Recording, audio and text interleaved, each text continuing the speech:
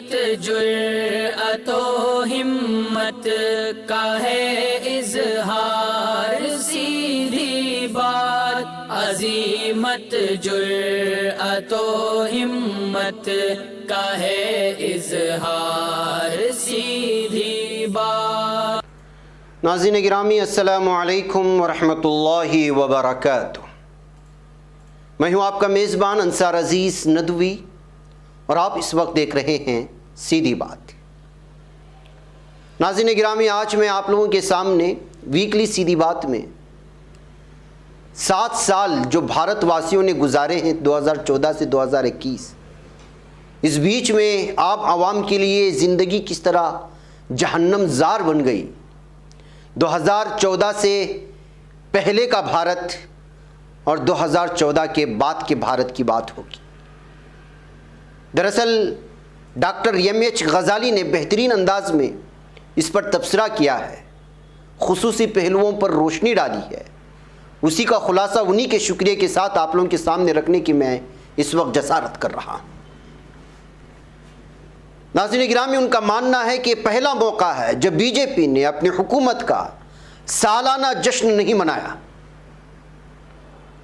वैसे गुज़िश्ता 7 सालों में बहुत कुछ ऐसा है जो पहली बार हुआ है। साल 2014 के भारत और उसके बाद आई तब्दीलियों का जायजा लेने से इसका अंदाजा हो सकता है। दुनिया में भारत को यूनिटी इन डाइवर्सिटी, अनेकता में एकता, सबसे बड़ी जमहूरियत, तेजी से आगे बढ़ती मईशत, इजहार राय की आज़ादी और फलाही स्टेट के तौर पर जाना जाता था। मुल्क ग्लोबल हंगर इंडेक्स में 55 यानी 55वें पायदान पर था, तो दुनिया की रैंकिंग में उसे 7वां मकाम हासिल था।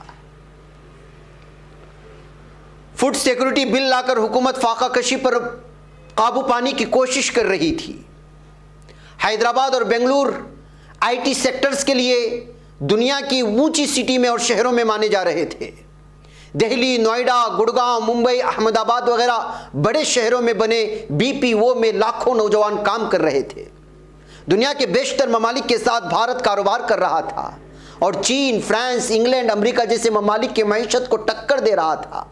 नौजवानों को लगने लगा था कि मुल्क खुद दुनिया की बड़ी ताकत बन रहा है, अब मुल्क से बाहर जाने की ज़रूरत नहीं है। जो मुल्क से बाहर जा चुके थे वो भी वापस आकर यहाँ नए स्टार्टअप शुरू कर रहे थे। यूपीए हुकूमत पर उसकी दूसरी मीक़ात का आखिरी 1.5 साल बड़ा भारी पड़ रहा था, यानी कि साल 2013 और उसके आगे का आधा साल।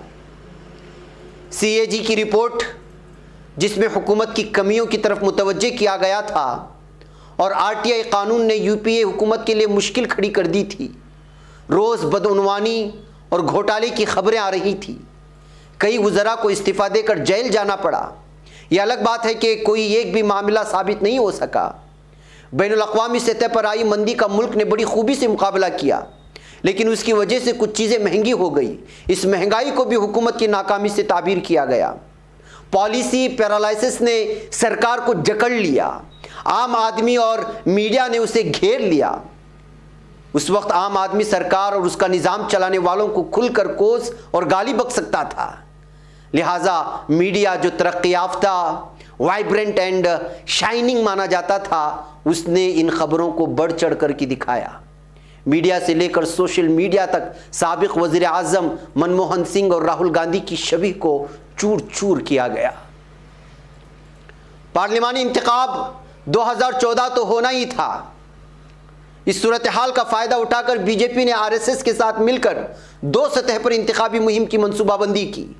एक तरक्की का नारा, करप्शन से आज़ादी, अच्छे दिन का ख्वाब, किसानों की दुगनी आमदनी, ख़वातीन की हिफाजत, 2 करोड़ रोज़गार, काले धन की वापसी, महंगाई से नजात, गुड गवर्नेंस और हर एक को 15 लाख देने का वादा। दूसरी बैनुस्सुतूर जो मुहिम ज़्यादा वसी पैमाने पर चलाई गई वो थी हिंदू ख़तरे में है, राम मंदिर वहीं बनाना है, मुसलमानों को सबक सिखाना है, बांग्लादेशियों, रोहिंग्यों और घुसपैठियों को भगाना है, कश्मीर से दफ़ा 370 को ख़त्म करना है, पीओके हमारा है, पाकिस्तान को उसके हद में रखना है और अखंड भारत बनाना है।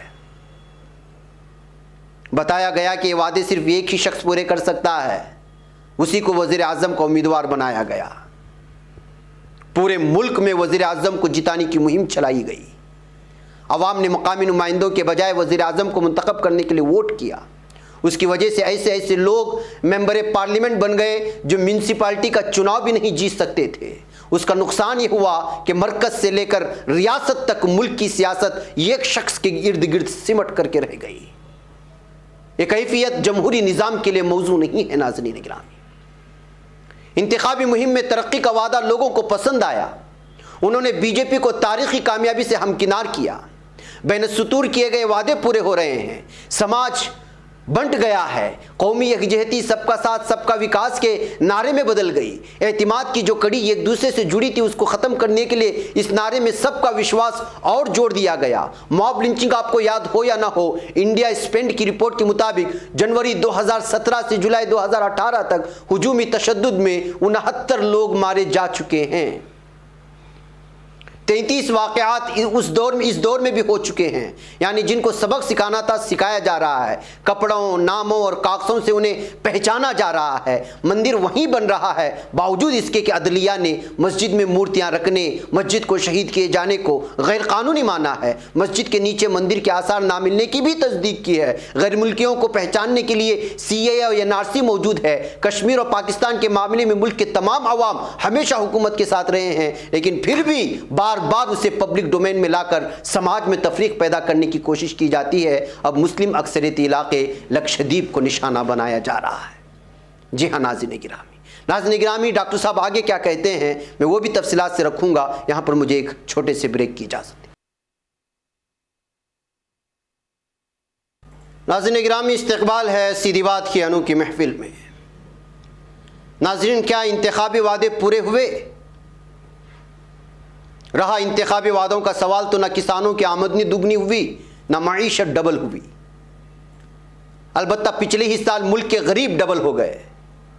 मिडिल क्लास की तादाद में भी 3 करोड़ की कमी आई। मुल्क से करप्शन ख़त्म नहीं हुआ, न काला धन वापस आया।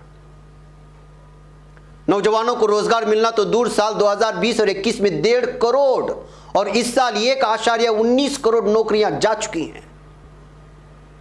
सीनियर सहाफ़ी पुण्य परसुन वाजपेयी के मुताबिक 7 साल के दौरान मरकजी हुकूमत ने सिर्फ 8,87,335 नौकरियां दी हैं।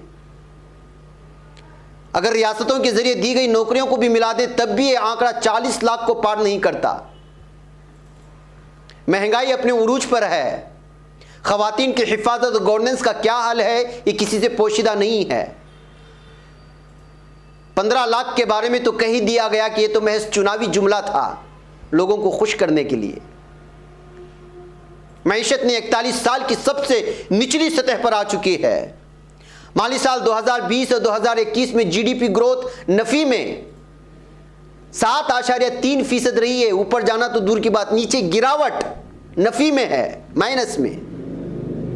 जबकि साल 2014 में बीजेपी के इख्तिदार में आने के वक्त ये 7.4% थी।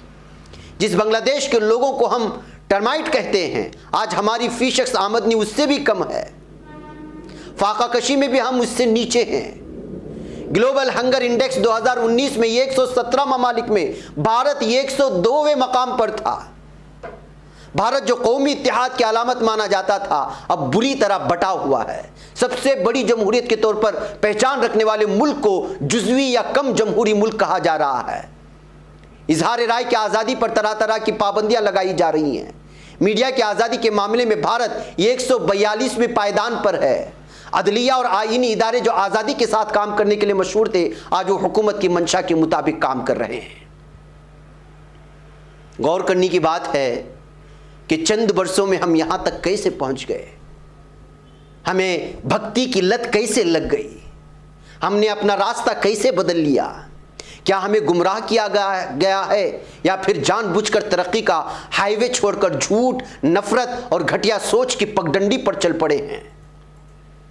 मसनूई राष्ट्रवाद, मजहबी शनाख्त, अक़लियतों से नफरत और फ़िरक़ावारियत के नशा की जो लत लगाई गई वो अब हमारी ज़िंदगी पर महंगी पड़ रही है। नोटबंदी जिसने मुल्क की मईशत को बर्बाद कर दिया, पहले 32 दिन में 104 लोगों की लाइन में खड़े खड़े जान चली गई। राष्ट्रवाद की अफीम के नशे में चूर लोगों ने हुकूमत से नहीं पूछा कि नोटबंदी की जरूरत क्या है, उसकी लॉजिक क्या है, उसका फायदा क्या है। आज जबकि फ्लॉप हो चुकी है तब भी कोई सवाल करने वाला नहीं है। आधी रात को पार्लियामेंट चलाकर जीएसटी लाया गया, जिससे छोटे और मुतवस्सित कारोबारियों का दिवालिया पट गया, मगर भक्ति में अंधे लोग सवाल करने के बजाय ताली बजा रहे थे। जीएसटी अब भी लागू है क्योंकि कानून बन चुका है। सीएए एनआरसी के खिलाफ पूरे मुल्क में पुरअमन एहतिजाज हो रहे थे, लेकिन नशे में मस्त लोग खुश थे। उसके बाद आया लॉकडाउन। 4 घंटे में भारत जैसे वसी मुल्क को बंद कर दिया गया, यानी नोटबंदी पार्ट 2 वाली कैफियत बनी। बीमारी से बचने के लिए मान लिया कि कदम जरूरी था, लेकिन बगैर सोचे समझे, बगैर किसी मंसूबाबंदी के आदमी जाए तो कहां जाए और खाए तो क्या खाए, उसकी वजह से लाखों मजदूर सड़कों पर निकल पड़े। जिस बीमारी से बचने के लिए लॉकडाउन किया गया था वो पूरे मुल्क में फैल गई। इसी बहरान के दौरान पार्लियामेंट में ज़रई बिल लाकर पूंजीपतियों के लिए ज़राअत में दाखिल होने का रास्ता साफ कर दिया। उसके खिलाफ किसानों को एहतिजाज करते हुए 6 माह से ज्यादा का वक्त हो चुका है। सबसे बड़ा धोखा उस वक्त हुआ जब कोरोना की दूसरी लहर आई, तबाही मच गई। इस दुख की घड़ी में हुकूमत बिल्कुल लापता रही। लोगों को जान बचाने के लिए आत्मनिर्भर छोड़ दिया गया। लोग अस्पताल ऑक्सीजन बेड खुद ढूंढ रहे थे। ऑक्सीजन बेड की गुहार हुकूमत के बजाय ट्विटर पर लग रही थी। गंगा के किनारे हजारों लाशें मिल रही हैं, लेकिन आवाम अब भी खामोश हैं, कुछ नहीं कर रहे हैं। घर में बैठकर जिस्मानी दूरी बना रहे हैं। हुकूमत को मगरूर और ढेठ अवाम ने ही बनाया है। उसने हुक्मरान जमात की कट्टर सोच और तौहम परस्ती को नजरअंदाज किया। आज यही सोच पूरे मुल्क को डसने को तैयार है। बीजेपी मुतमईन है कि ठीक है, कोरोना की दूसरी लहर में अवाम को तकलीफ हुई, लेकिन 3 साल बाद जाएंगे कहां? हमारे पास ही आएंगे। सवाल किया जाएगा, मोदी नहीं तो फिर कौन? इस मुश्किल घड़ी में सिर्फ आवाम ही मुल्क को बचा सकते हैं। सवाल करके नफरत का वायरस फैलाने वालों को लटार कर, झूठे प्रोपेगेंडा को ठुकराकर और अदलिया से मफाद आमा के मुकदमात को सुनने की गुहार लगाकर, क्योंकि सिर्फ सुप्रीम कोर्ट ही आम आदमी के हुकूक को पामाल होने और जमहूरियत का गला घोंटने से बचा सकता है। अब देखना यह है कि आवाम इसके लिए आगे आते हैं या अब भी भक्ति के नशे में मस्त रहते हैं। जी हाँ नाज़रीन गिरामी, डॉक्टर साहब ने 2014 से लेकर के 2021 के बीच में जो हुकूमत की नाकामियाँ थी उसको अलग अलग अंदाज में बयान करने की कोशिश की, जो हकीकत में वाकई में हर एक भारतवासी की दिल की आवाज़ थी, जिसको अपने कलम के ज़रिए से बयान करने की कोशिश कर रहे थे। मुझे उम्मीद है कि आपको समझ में आ गई होगी और हमारा पैगाम भी, चाहे हिंदू हो या मुसलमान, सिख हो या ईसाई, उसको हकीकत से आँखें नहीं मोड़ना चाहिए। मुझे यहाँ पर इजाज़त दें। अस्सलामु अलैकुम रहमतुल्लाहि व बरकातुहू। खबर पढ़ने का तुमने भी अजब अंदाज पाया है, रवादारी के जज्बे ने भी तुम पे नाज पाया है। इसी राह में मोहब्बत का हसी एजाज पाया है। तुम्हें हर अंजुमन में हमने तो मुमताज पाया है। तुम्ही से है तरक्की पर अजीज अंसार, सीधी बात अजीमत जुर्अतो हिम्मत का है इजहार।